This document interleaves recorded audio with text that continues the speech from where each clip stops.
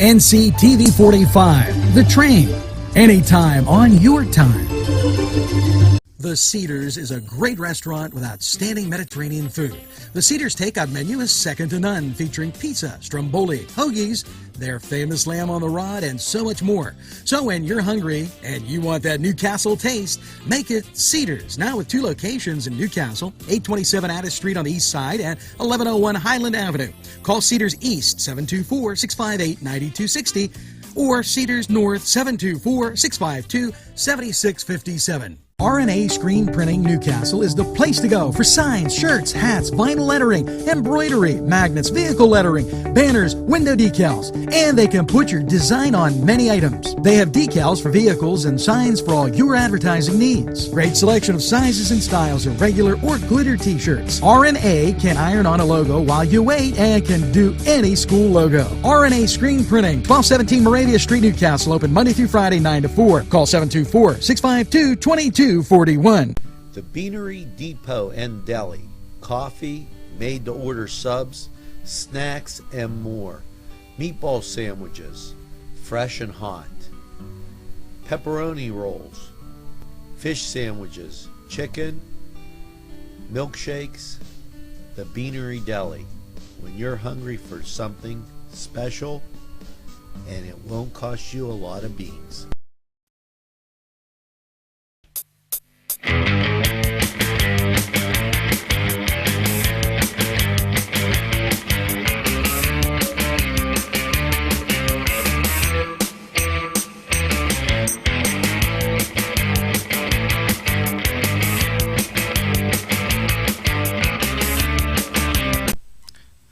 Welcome to the Cedars Sports Corner, everybody. I'm Alex DeLaverson, and I'm going solo today. James the Value Man Dotson and Greg the Mad Scientist Bichero are missing in action today, but they will be back with us soon enough. I want to talk about the Penn State situation going on, and this was something that's kind of been I don't want to say almost a dead issue, but hasn't something that's been talked about a lot lately. But on Friday, a jury gave the guilty verdict to President Spanier of a misdemeanor count of child endangerment, making him the last of 3 Penn State officials to be criminally charged for the 2001 allegation of a young boy being abused in a team shower. I remember when this first came out in 2011. I was actually a junior at Penn State Shenango campus, and I took pride in the Penn State football program, Joe Paterno, everything. And then I also remember going to a Penn State Purdue game. I think it was 2 weeks before these allegations came out, and you could see how that campus, how that football stadium, you could just see the magical atmosphere in Happy Valley. It was really a magical kingdom. So fast forward a couple weeks from that, and the allegations come out of Jerry Sandusky abusing children.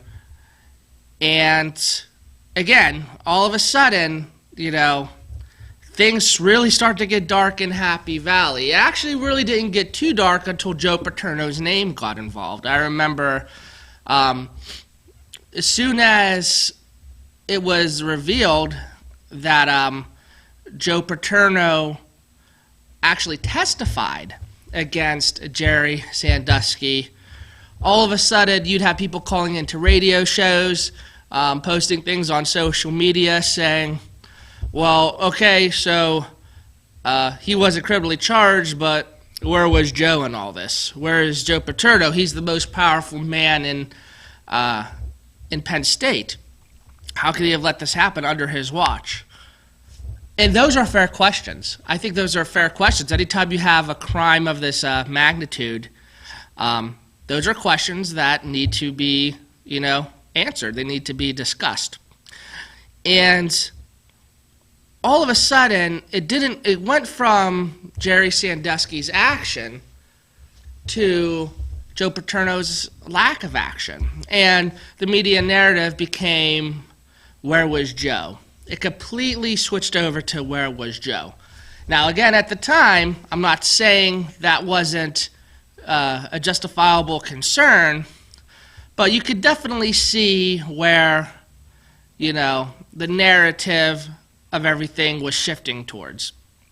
I remember when Joe Paterno was going to address these issues at his weekly Penn State press conference, and the president of the university at the time, Spanier, canceled his press conference. So Joe didn't get to address those concerns. And of course, we know Joe Paterno died in that January, and we didn't really get to hear too much of his side of the story. He talked a little bit, but not too much. But before he died, he was, of course, fired, and that's where all the Penn State, riots happened. Flipping over media vans, things like that. So, again, it went from the Jerry Sandusky scandal to the Joe Paterno scandal.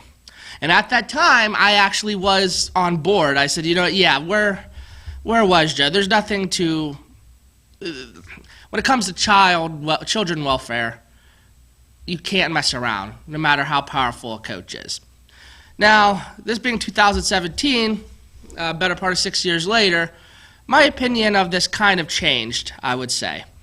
I guess I'm of the opinion now that Joe Paterno wasn't actively involved in keeping this this conspiracy, under the radar. I don't think he was necessarily trying to keep this under the ropes, or underground, I should say. I just think it was more of, now you have a football coach who kind of didn't want to really get involved too much, wasn't sure what to do, and he did his legal responsibility, and now he doesn't want to, handle this anymore. But I'll cover the rest of this in next segment. And we'll continue talking Penn State, and then for our final segment, we'll talk a little bit about NFL franchises and which is the great NFL dynasty of all time and franchise of all time. But all right, we're going to take a break, and now a word from our sponsors. Come to Big Polly's Sports Bar in Newcastle.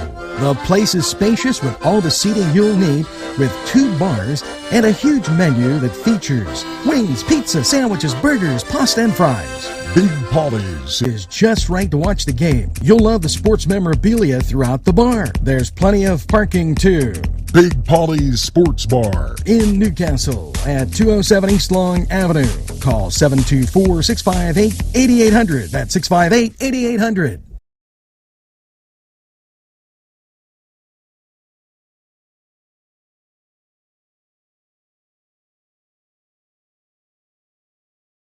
Gentlemen, if you want to look your best with high-quality clothing, then I recommend Main Street Clothiers and Custom Tailors in downtown Newcastle.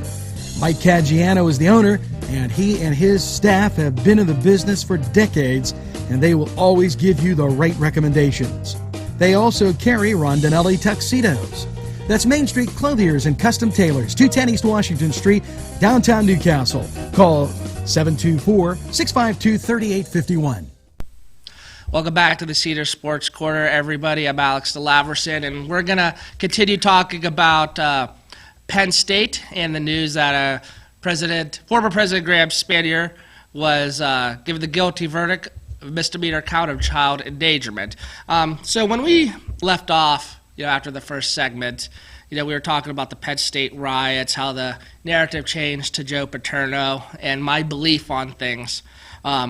So basically, just to quickly recap, I guess I believe that Joe Paterno, in a nutshell, didn't want kids to get abused. I don't think he was necessarily involved in a cover-up. I just kind of think it was something where he didn't want to get involved because it's a very touchy subject, and it's, he wanted to focus on, running his football program. Now, I'm not saying that those are that's the correct mindset to have when it comes to when it comes to, are you going to be more concerned about running your football program, or are you going to be concerned about, the welfare of children? I'm just saying that is my, viewpoint of after looking at all the facts and everything I've read, all the research I've done. I think that's where Joe Paterno was basically kind of at in his mind. So, again, the thing is, in any walk of life, when you have something to this magnitude happen under your watch, no matter what kind of business you're in, organization, industry, if this happens, you're going to get fired. Whether it was intentional, whether it was just you did what you thought was best, it wasn't good enough, it happened under your watch, you get fired. So I guess in a nutshell, I would say is I don't have a problem with the Joe Paterno firing, but I don't think he's like the devil incarnate, basically. I just think it was just one of those things where not only him, but other people there dropped the ball. It just happens. And, you gotta pay the price. You gotta pay the price. So, if you don't do what you're supposed to do on a football team, you try your best, but you're not good enough, what do? You pay the price and you get cut. It happens. So I'm okay with also Joe Paterno being given back his NCAA football victories. I kind of didn't really understand that, to be honest, because when you take those victories away from Joe Paterno, you also take it away from the players who performed in those games, who wouldn't have had anything to do with the Jerry Sandusky allegations. So I thought the punishment from that regard was kind of unnecessary. I don't think it was the worst thing. People were so upset that he lost his victories.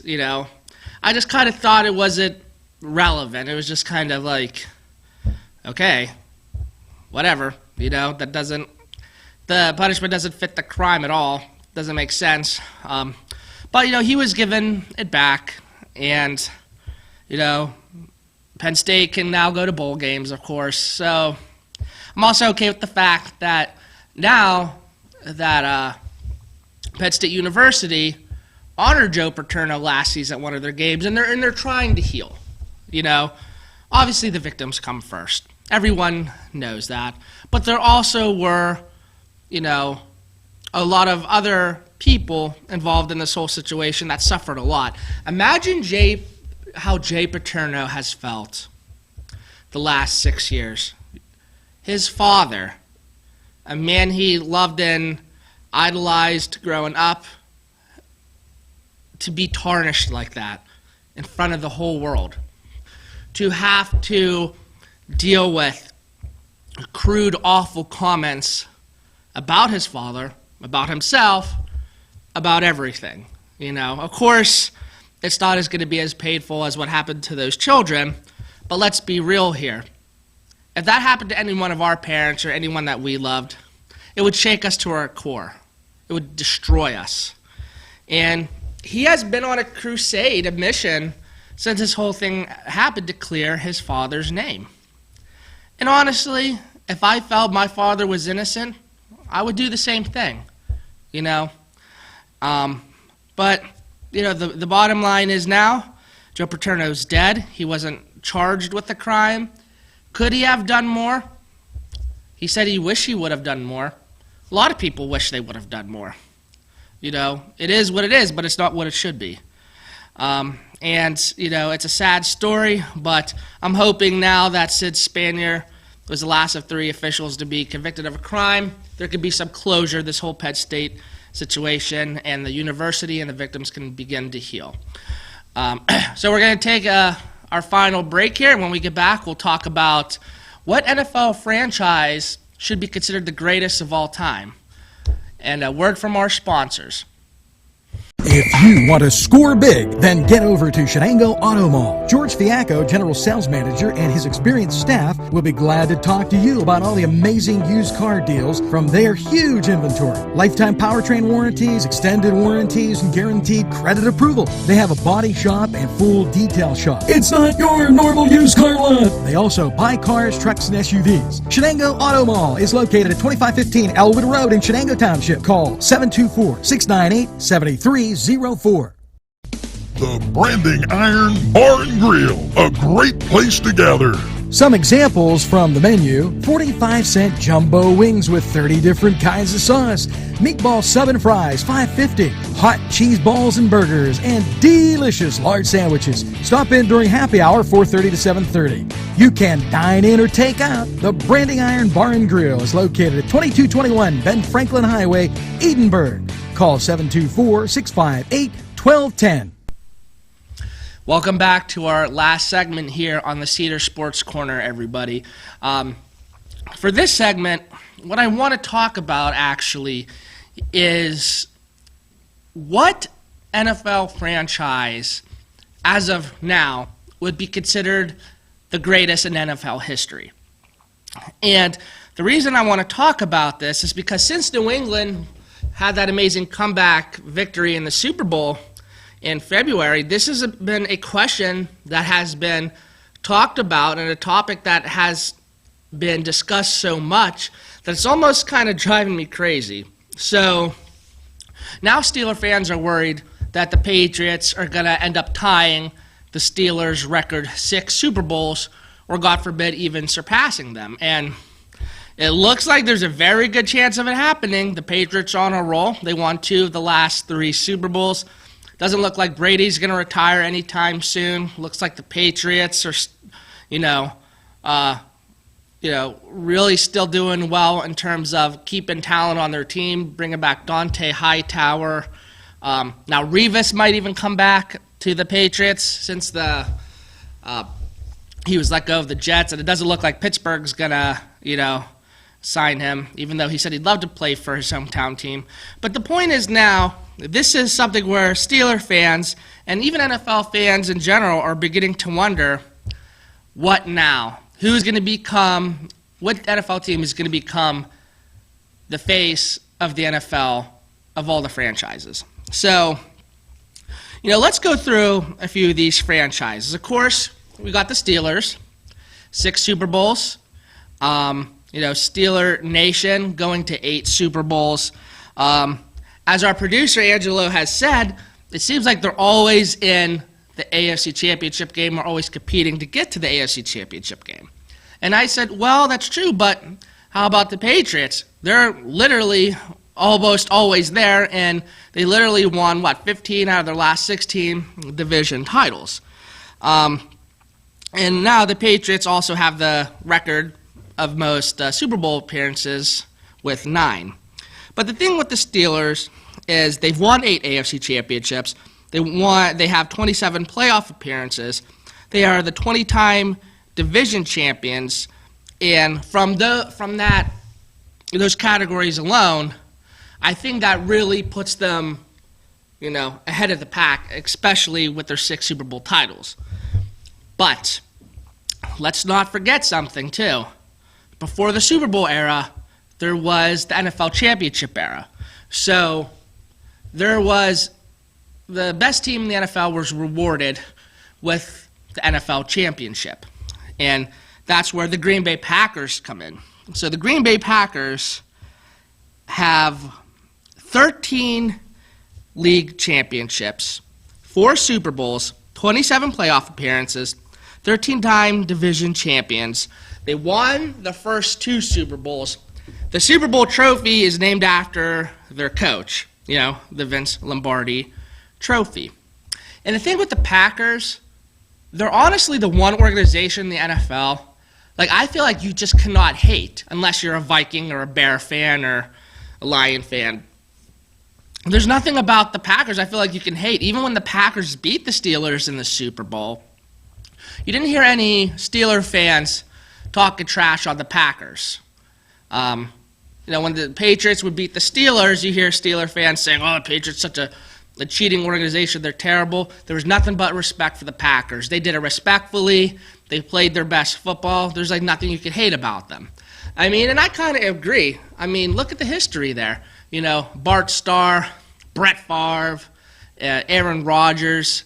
I think the overall 13 league NFL championships is something that can't be forgotten. I understand now that winning the Super Bowl is considered the all-be-all, but, you know, at the time, before the Super Bowl, they had what was called the NFL, like I said, the NFL championship. You can't just disregard those anymore. Now, also with that being said, I think I would rather have 6 Super Bowls instead of 4 Super Bowls and 13 league championships altogether. But I think when it comes to overall NFL rankings, I think just with the history of the Packers, you kind of have to give them the nod now. So I give them a slight nod over the Steelers, especially since they beat the Steelers in the Super Bowl. But again, that all could change in the near future. Maybe the Steelers win a couple more. Maybe New England wins a couple more. Maybe the Packers win a couple more. Now, the Dallas Cowboys are known as America's team, but I would also say they're just as hated as they are loved. But I'm not going to get into all of that. Basically, I put it between the Packers and the Steelers, so I'm going to give the slight edge to the Packers as of now. But we could finish talking about this another day. But I just want to thank everybody for tuning in to this edition of the Cedars Sports Corner, and I hope you guys tune in next Wednesday. Have a good one, guys. This program furnished by Sporting Goods, 23 East Washington Street, Newcastle. Call 724-658-2535. Funding for this program provided by Washington Center Physical Therapy, Norm A. Gabriel, MSPT ATC owner.